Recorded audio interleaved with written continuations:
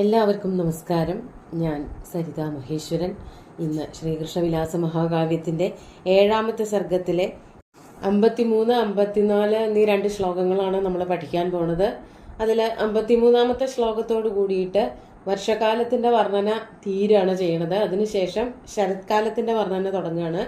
11 ശ്ലോകങ്ങളെ കൊണ്ട് ശരത് ഋതുവിനെ വർണ്ണിക്കുകയാണ് കവി ചെയ്യണത്. ആദ്യം 53ാമത്തെ ശ്ലോകം നോക്കാം. ശ്ലോകത്തിൽ വസന്തമാലിക വൃത്തം തന്നെയാണ് ഉള്ളത്. ഈ 2 ശ്ലോകങ്ങളിലും വസന്തമാലിക വൃത്തം തന്നെയാണ്. ശ്ലോകം നോക്കൂ. ഹരിണാതിമിരാവൃതാസുരാഗാദപനീതേ വസനേ നിതംബബിംബാത് ത്രപയാ തരളാസ്തടിത് പ്രകാശോ വിദധേവാമദൃശോ വിഭാവരീഷു. ആദ്യം പദച്ഛേദം പറയാം. ഹരിണ തിമിരാവൃതാസു രാഗാത് അപനീതേ വസനേ നിതംബബിംബാത് ത്രപയാ തരളാ തടിപ്രകാശ വിദധേ വാമദൃശ വിഭാവരീഷു. ഇവിടെ ശ്രീകൃഷ്ണനും ഗോപസ്ത്രീകളും തമ്മിലുള്ളതായ കേളികളെ പറ്റിയിട്ടൊന്ന് വർണ്ണിക്കുകയാണ് ചെയ്യുന്നത്. അതായത് 15 അല്ലെങ്കിൽ 12, 13 ശ്ലോകങ്ങളെ കൊണ്ട് ഒരു ഋതുവിനെ വർണ്ണിക്കുകയും അതിന്റെ അവസാനത്തെ ശ്ലോകം കൊണ്ട് കൃഷ്ണന്റെയും ഗോപികമാരുടെയും ഒരു ക്രീഡാവർണ്ണനം, അങ്ങനെയാണ് ഇതുവരെ ഉള്ളതായ എല്ലാ ഋതുക്കളെയും വർണ്ണിച്ചത്. അതുപോലെ തന്നെയാണ് ഇവിടെയും പറയണത്. രാത്രികാലങ്ങളിൽ എന്ന് പറഞ്ഞുകൊണ്ട് അന്വയം തുടങ്ങുകയാണ്. തിമിരാവൃതാസു വിഭാവരീഷു. തിമിരം എന്ന് പറഞ്ഞാല് ഇരുട്ട് വന്ന് മൂടിയതായ വിഭാവരി രാത്രി സമയങ്ങളില്. മഴക്കാലത്ത് ഇരുട്ടിന് കട്ടി കൂടും. അല്ലാതെ മറ്റു ദിവസങ്ങളിലും മറ്റു കാലങ്ങളിലൊക്കെ ഇരുട്ടെന്ന് പറയുമ്പോൾ ഒരു നാട്ടുവെളിച്ചെങ്കിലും ഉണ്ടാവും. ചെറിയ നക്ഷത്രങ്ങളുടെ വെളിച്ചമോ അല്ലെങ്കിൽ ഒരു നാട്ടുവെളിച്ചം, വീടുകളിൽ നിന്നുള്ള വെളിച്ചങ്ങളോ എന്തെങ്കിലുമൊക്കെ ഉണ്ടാവും. പക്ഷെ മഴക്കാലത്ത് ഒരു തരത്തിലുള്ള വെളിച്ചവും എവിടെ ഉണ്ടാവില്ല.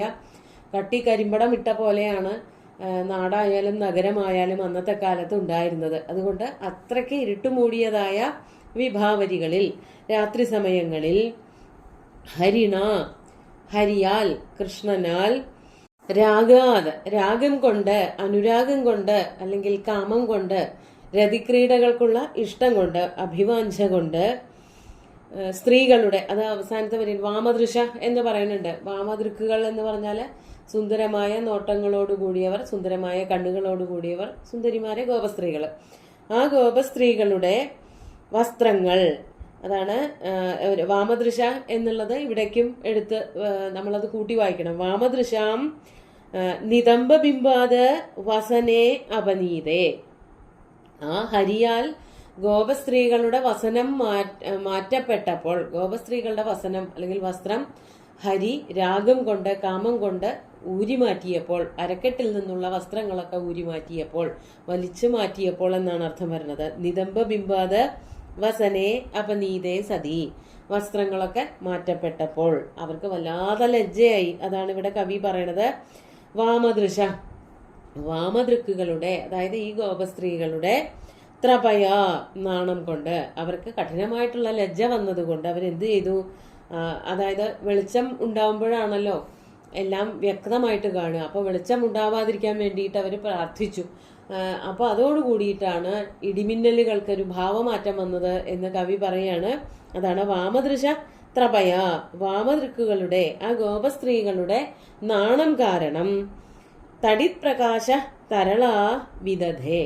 തടിത് പ്രകാശങ്ങൾ, തടിത് പ്രകാശം എന്ന് പറഞ്ഞാല് വിദ്യുത് പ്രഭ, അതായത് ഇടിമിന്നല്. മിന്നലിന്റെ വെളിച്ചം എന്തായി തീർന്നു? തരളാ വിദധേ, തരളങ്ങളായി തീർന്നു. തരളങ്ങൾ എന്ന് പറഞ്ഞാല് ചഞ്ചലങ്ങള് എന്ന് പറഞ്ഞാല് ഇടയ്ക്കിടയ്ക്ക് മിന്നുന്നതായി തീർന്നു. സത്യത്തിൽ ഇടിമിന്നലുകൾ എപ്പോഴും അങ്ങനെ തന്നെയാണ്. ഒന്ന് മിന്നും, പിന്നെ മറയും, പിന്നെ മിന്നും, അങ്ങനെയാണ് അതിന്റെ ഒരു സ്വഭാവം. പക്ഷെ ഇവിടെ കവി ഉത്പ്രേക്ഷിക്കുകയാണ്, സംശയിക്കുകയാണ്. ആകാശത്തേക്ക് നോക്കുമ്പോൾ ആ കാലത്ത്, അതായത് ഈ മഴക്കാലത്ത് കാണപ്പെടുന്നതായ ഇടിമിന്നലുകൾക്ക് ഒരു ചഞ്ചലത്വം വന്നതിന് കാരണമായത് ഗോപസ്ത്രീകളുടെ നാണം കാരണമാണോ എന്നാണ്. അതായത് ഇടതടവില്ലാതെ വെളിച്ചം വന്നിട്ടുണ്ടെങ്കിൽ ഗോപസ്ത്രീകളുടെ ശരീരം മുഴുവനും വെളിപ്പെട്ടു പോകും. അപ്പോ അവരുടെ നാണം കൊണ്ട് അവർ പ്രാർത്ഥിക്കുകയാണ്, ഈ വെളിച്ചം ഇടതടവില്ലാതെ വരാതിരിക്കട്ടെ, അതൊന്ന് മുറിഞ്ഞു പോകട്ടെ എന്നവർ വിചാരിക്കുന്നത് കൊണ്ട്, നാണത്തോടു കൂടി ചിന്തിക്കുന്നത് കൊണ്ട് ഇടിമിന്നലുകൾ തുടർച്ചയായിട്ട് വെളിച്ചം നൽകാതെ മുറിഞ്ഞു മുറിഞ്ഞു വെളിച്ചം നൽകിക്കൊണ്ടിരുന്നു എന്ന് പറയാണ്. അപ്പോൾ കാരണമല്ലാത്തതിനെ കാരണമായിട്ട് ഒക്കെ ഉത്പ്രേക്ഷിക്കുകയാണ് ചെയ്യണത്. ഇവിടെ ഇങ്ങനെ ശരിക്കും ഇടിമിന്നലുകള് തുടർച്ചയായിട്ട് വെളിച്ചം തരാറില്ല, അതിങ്ങനെ മിന്നു തന്നെയാണ്, ഇടയ്ക്കിടയ്ക്കൊക്കെ ഇടും, അങ്ങനെ തന്നെയാണ് ചെയ്യാറുള്ളതെങ്കിലും ഗോപസ്ത്രീകളുടെ നാണം കൊണ്ടാണ് അങ്ങനെ സംഭവിച്ചത് എന്ന് ഇവിടെ സംശയം വരുന്ന രീതിയിൽ വർണ്ണിച്ചത് കൊണ്ട് ഇവിടെ ഉത്പ്രേക്ഷാലങ്കാരാണ്. യഥാർത്ഥത്തില് ഗോപസ്ത്രീകളുടെ നാണം ശൃംഗാര സമയത്തുള്ളതായ രതിക്രീഡകൾ നടക്കുന്ന സമയത്തുള്ളതായ നാണമാണ്, ഭാവധ്വനിയാണ്, നാണമാണ് ഇവിടെ വർണ്ണിച്ചിരിക്കുന്നത്. വാച്യമായിട്ടും പറഞ്ഞിട്ടുണ്ട്. അതുപോലെ തന്നെ ഇടിമിന്നൽ ഇടയ്ക്കിടെ മാത്രം പ്രകാശം ചൊരിഞ്ഞു എന്ന് പറഞ്ഞതുകൊണ്ട് അതിന്റെ തീവ്രത ഒന്നുകൂടി വർദ്ധിക്കുകയാണ് ഉണ്ടായത്. അവർക്കും ഇടിമിന്നലിനും അല്ലെങ്കിൽ കാർമേഘങ്ങൾക്കും അത് സൂക്ഷ്മമായിട്ട് നോക്കി നിൽക്കാനുള്ള ശക്തി ഉണ്ടായില്ല. അവരുടെ ഗോപസ്ത്രീകളുടെ നാണം കണ്ടുകൊണ്ട് തുടർച്ചയായിട്ട് വെളിച്ചം കൊടുക്കണ്ട എന്ന് മേഘങ്ങളും വിചാരിച്ചതുപോലെ തോന്നും. അങ്ങനെ സുന്ദരമായിട്ടുള്ള ഭാവ ആവിഷ്കാരമുള്ളതായ ഒരു ശ്ലോകം. നമുക്ക് അടുത്ത ശ്ലോകം കൂടി നോക്കാം. അടുത്ത ശ്ലോകത്തില് ശരദ് ഋതുവിന്റെ വരവാണ് പറയണത്. ശ്ലോകം നോക്കൂ.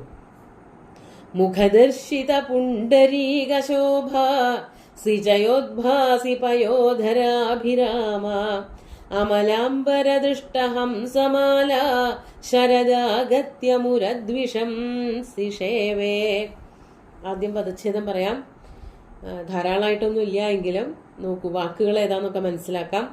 മുഖദർശിത പുണ്ടരീക ശോഭ സിജയോദ്ഭാസി പയോധരാഭിരാമ അമലാംബരദൃഷ്ട ഹംസമാല ശരദ് ആഗത്യ മുരദ്വിഷം സിഷേവേ. ശരദാഗത്യ എന്നുള്ള ദിക്കിൽ മാത്രമേ പദച്ഛേദം ചെയ്യാനുള്ളൂ. ശരത്ത് എന്ന് പറയുന്നത് ശരദ് ഋതുവാണ്. നമ്മൾ മനസ്സിലാക്കേണ്ടത് സംസ്കൃതത്തിൽ അത് സ്ത്രീലിംഗമാണ്. ശരദ് ഋതു സ്ത്രീലിംഗത്തിലാണ്. ശരത്ത് എന്ന് പറയുന്നത് സ്ത്രീലിംഗ പദമാണ്. നമ്മൾ മലയാളത്തിൽ എപ്പോഴും അത് പുല്ലിംഗമായിട്ട് പുരുഷന്മാരുടെ പേരായിട്ടാണ് നമ്മൾ ഇടാറുള്ളതെങ്കിലും സ്ത്രീലിംഗ പദമാണ് ശരത്ത് എന്നുള്ളത്. അതുകൊണ്ട് ശരത്കാലം വന്നു അല്ലെങ്കിൽ ശരത്ത് വന്നു അത്രേ പറയുന്നുള്ളൂ. ശരത്ത് വന്നു എന്ന് പറയുമ്പോൾ അത് ഒരു പെൺകുട്ടി വന്നതുപോലെ കൂടി വർണ്ണിക്കാൻ കവി ശ്രദ്ധിക്കുന്നുണ്ട്. അതുകൊണ്ട് തന്നെ ഒരേ സമയം ശരത്ത് വന്നതായിട്ടും ശരത്കാലം വന്നതായിട്ടും ഒരു പെൺകുട്ടി ഭഗവാനെ സേവിക്കാൻ വരുന്ന ഒരു പെൺകുട്ടിയുടെ വർണ്ണനയും കൂടി ഉള്ളത് കൊണ്ട് സമാസോക്തി അലങ്കാരം വരുന്നുണ്ട്. ഒരേ സമയം രണ്ട് വിഷയങ്ങൾ ചുരുക്കി പറഞ്ഞതുകൊണ്ട് നമുക്ക് അതിന്റെ അന്വയത്തിലേക്ക് കടക്കാം. ശരത്ത് ആണ് വന്നത്. ശരത്ത് ആഗത്യ മുരദ്വിഷം സിഷേവേ. ശരത്കാലം വന്നിട്ട് ഭൂമിയിലേക്ക് അല്ലെങ്കിൽ വൃന്ദാവനത്തിലേക്ക് ഭഗവാന്റെയും ഗോപസ്ത്രീകളുടെയും ഒക്കെ അടുത്തേക്ക് വന്നിട്ട് ആഗത്യ മുരദ്വിഷം മുരാസുരന്റെ ശത്രുവായിട്ടുള്ള ശ്രീകൃഷ്ണനെ സിഷേവെ സേവിച്ചു എന്ന് പറയുമ്പോൾ അവിടെ ശരത്തിന്റെ വിശേഷണങ്ങളാണ് ബാക്കി പറയണതൊക്കെ. മുഖദർശിത പുണ്ടരീക ശോഭ എന്നുള്ളതും സിജയോദ്ഭാസി പയോധരാഭിരാമ എന്നുള്ളതും അമലാംബര ദൃഷ്ട ഹംസമാല എന്നുള്ളതും ശരത് ഋതുവിനും അതേസമയം തന്നെ ഒരു പെൺകുട്ടിക്കും ചേരണ വിധത്തില് ശ്ലേഷം ആയിട്ടാണ് പറഞ്ഞിരിക്കുന്നത്. അർത്ഥത്തിലേക്ക് കടക്കാം. മുഖദർശിത പുണ്ടരീക ശോഭ. ആദ്യം ശരത്തിനെ പറ്റിയിട്ട് പറയാം. മുഖം എന്നുള്ളതിന് പ്രാരംഭം, അതായത് ശരത്കാലം വന്നു എന്ന് പറയുമ്പോൾ തന്നെ അവിടെ താമരപ്പൂക്കളുടെ ശോഭ വ്യാപിച്ചു. അതായത് ശരത്കാലം വരുമ്പോഴേക്കും താമരപ്പൂക്കളൊക്കെ പതുക്കെ പതുക്കെ വിടരാൻ തുടങ്ങി. മഴക്കാലത്തും മഞ്ഞുകാലത്തും ഒക്കെ താമരപ്പൂക്കൾക്ക് ഒട്ടും വിടർന്നു നിൽക്കാൻ പറ്റാറില്ല. മഞ്ഞു വീഴുന്നത് കൊണ്ട് പൂക്കളുടെ, പ്രത്യേകിച്ച് താമരപ്പൂക്കളുടെ അല്ലെങ്കിൽ താമര പൊയ്കയുടെ ശോഭ തന്നെ നശിച്ചു പോകുന്നതായിട്ട് പറയാറുണ്ട്. കാളിദാസനൊക്കെ അങ്ങനെ പറഞ്ഞിട്ടുണ്ട്. അതുപോലെ തന്നെ മഴക്കാലത്തും താമരകൾക്ക് നേരെ നിവർന്ന് വിരിഞ്ഞു നിൽക്കാൻ പറ്റില്ല. അപ്പോഴേക്കും മഴത്തുള്ളികൾ വീണിട്ട് അതിങ്ങനെ ഒടിഞ്ഞു പോകുന്നതായിട്ടൊക്കെ വർണ്ണിക്കാറുണ്ട്. ഇവിടെ മഴയും മാറി മഞ്ഞുമില്ല. അങ്ങനെയുള്ള അവസ്ഥയിൽ നന്നായിട്ട് വിരിഞ്ഞു നിൽക്കുന്ന താമരപ്പൂക്കളുടെ ശോഭയോട് കൂടിയിട്ടാണ് ശരദ് ഋതു വന്നത്. അതാണ് മുഖദർശിത. ആ മുഖത്ത് തന്നെ ആരംഭത്തിൽ തന്നെ പ്രകടമാക്കിയ പുണ്ടരീകങ്ങളുടെ ശോഭയോട് കൂടിയതും. അതുപോലെ സിജയ ഉദ്ഭാസി പയോധര അഭിരാമ. പയോധരങ്ങള് മേഘങ്ങള്.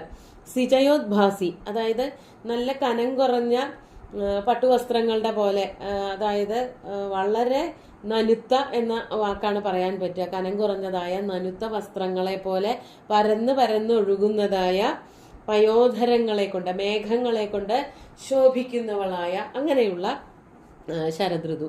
മഴക്കാലത്തെ മേഘങ്ങൾക്കൊക്കെ നല്ല കനാണ്, അതിൽ മുഴുവനും വെള്ളമാണല്ലോ ഉള്ളത്. അതുകൊണ്ട് ആ മേഘങ്ങൾക്കൊക്കെ അനവധി മേഘങ്ങളും വരും, മേഘങ്ങൾക്കൊക്കെ നല്ല കനം ഉണ്ടാവും. ഇവിടെ ശരത്കാലം വന്നപ്പോഴേക്കും മേഘങ്ങളുടെ സ്വഭാവമൊക്കെ മാറി നല്ല വെളുത്ത മേഘങ്ങളായി, കാർമേഘങ്ങളൊക്കെ പോയി വെളുത്ത മേഘങ്ങളായി, അതന്നെ പഞ്ഞി പോലെ കനമില്ലാത്തതായിട്ടുള്ള മേഘങ്ങൾ. അതാണ് സിജയോദ്ഭാസി. സിജയം എന്ന് പറഞ്ഞാൽ സൂക്ഷ്മ വസ്ത്രം എന്നാണ്. സൂക്ഷ്മ വസ്ത്രങ്ങളെ പോലെ കനം കുറഞ്ഞ വസ്ത്രങ്ങൾ, അതുപോലെയുള്ള മേഘങ്ങള്, കനമില്ലാത്ത പാറി നടക്കുന്ന മേഘങ്ങളെ കൊണ്ട് അഭിരാമമായതും സുന്ദരമായിട്ടുള്ളതും. അതുപോലെ അമല അംബര ദൃഷ്ട ഹംസമാല, ആകാശത്ത് കാർമേഘങ്ങളൊന്നും ഇല്ല എന്നുള്ളത് കൊണ്ട് അതാണ് അമലാംബരം. അമലം എന്ന് പറഞ്ഞാൽ തെളിഞ്ഞതായ ആകാശം, നല്ല നീല നിറമുള്ളതായ ആകാശം. ആകാശത്ത് കാണാവുന്നതായ ഹംസങ്ങളുടെ, പക്ഷികളുടെ, അരയന്നങ്ങളുടെ മാലയോടുകൂടിയവളുമായ ശരത്കാലം.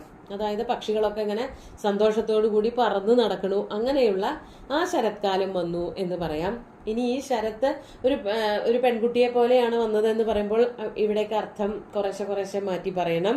മുഖദർശിത പുണ്ടരീക ശോഭ, ആ പെൺകുട്ടിയുടെ മുഖത്ത് തന്നെ പ്രകടമായിട്ടുള്ള താമരയുടെ ഭംഗി ഉണ്ടായിരുന്നു. അതായത് അവളുടെ മുഖവും താമരപ്പൂ പോലെയായിരുന്നു, താമരപ്പൂ പോലെ സുന്ദരമായിട്ടുള്ള മുഖത്തോടു കൂടിയവളും. അതുപോലെ സിജയോദ്ഭാസി പയോധരാഭിരാമ, നല്ല സൂക്ഷ്മ വസ്ത്രങ്ങളെ കൊണ്ട് മാറിടത്തിലൊക്കെ മറച്ചിട്ടിട്ടുണ്ടെങ്കിലും മാറിടങ്ങളുടെ ഭംഗി എടുത്തു കാണിക്കുന്ന വസ്ത്രങ്ങളോട് കൂടിയവളും. പെൺകുട്ടികളാവുമ്പോൾ അവരുടെ ശരീര സൗന്ദര്യം എന്ന് പറയുന്നത് എല്ലായിടത്തും വ്യാപിച്ചു നിൽക്കും. അപ്പോൾ കൈയായാലും കണ്ണായാലും മാറിടങ്ങളായാലും ഒക്കെ സുന്ദരമാണ്. വസ്ത്രങ്ങളൊക്കെ അണിഞ്ഞിട്ടുണ്ടെങ്കിലും അതിൽ കൂടെയും ഈ സൗന്ദര്യമൊക്കെ കാണാൻ പറ്റും. അതാണ് സൂക്ഷ്മ വസ്ത്രങ്ങളിലൂടെ പോലും കാണാവുന്നതായ മാറിടങ്ങളുടെ, പയോധരങ്ങളുടെ സൗന്ദര്യത്തോടു കൂടിയവളും. ഇനി അമലമായ നല്ല വസ്ത്രങ്ങൾ, അതുപോലെ തന്നെ ഹംസമാല എന്നുള്ളതിന് ഹംസത്തിന്റെ, അതായത് ഈ പക്ഷികളുടെയൊക്കെ ലോക്കറ്റോ അങ്ങനെയൊക്കെ ഉള്ളത് വച്ചിട്ടുള്ളതായ നല്ല മാല അല്ലെങ്കിൽ മുത്തുമാലകൾ ഇട്ടിട്ടുള്ളത്, അത് മാലകളുടെ ചില പ്രത്യേക തരത്തിലുള്ള കോർക്കല്, അവയുടെ പൂക്കളുടെയോ അല്ലെങ്കിൽ മുത്തുകളുടെയോ ഒക്കെ രൂപം പ്രകൃതമൊക്കെ വെച്ചിട്ട് ഹംസമാല, അങ്ങനെയൊക്കെ മാങ്ങാമാല എന്നൊക്കെ പറയുന്ന പോലെ ചില തരത്തിലുള്ള മാലകളായിരിക്കാം. അങ്ങനെയുള്ളതായ മാലകളൊക്കെ ധരിച്ച് മാലയും നല്ല വസ്ത്രങ്ങളും ഒക്കെ ഇട്ടിട്ടുള്ളവള്, അങ്ങനെയായിട്ടുള്ളൊരു സുന്ദരിക്കുട്ടി വരുന്നത് പോലെയാണ് ശരത്കാലം ശ്രീകൃഷ്ണനെ സേവിക്കാൻ വേണ്ടി വന്നത് എന്നാണ് കവി ഇവിടെ വർണ്ണിക്കുന്നത്. നല്ല ഭംഗിയുള്ള വർണ്ണനയാണ്. നമുക്ക് ശ്ലോകങ്ങൾ ഒന്നുകൂടി ചൊല്ലി നോക്കാം. ഹരിണാതിമിരാവൃതാസുരാഗാതപനീതേ വസനേ നിതംബബിംബാത് ത്രപയാ തരളാസ്തടിത് പ്രകാശോ വിദധേവാമദൃശോ വിഭാവരീഷു മുഖദർശിത പുണ്ടരീക ശോഭ സിജയോദ്ഭാസി പയോധരാഭിരാമ അമലാംബരദൃഷ്ട ഹംസമാലാ ശരദാഗത്യ മുരദ്വിഷം സിഷേവേ. സുന്ദരമായിട്ടുള്ള 2 ശ്ലോകങ്ങളും ഭഗവാന്റെ കാൽക്കൽ അർപ്പിച്ചുകൊണ്ട് ഗുരുവായൂരപ്പനെ സാഷ്ടാംഗം നമസ്കരിച്ചുകൊണ്ട് എല്ലാവർക്കും ശുഭദിനം നേർന്നു നിർത്തട്ടെ. നന്ദി.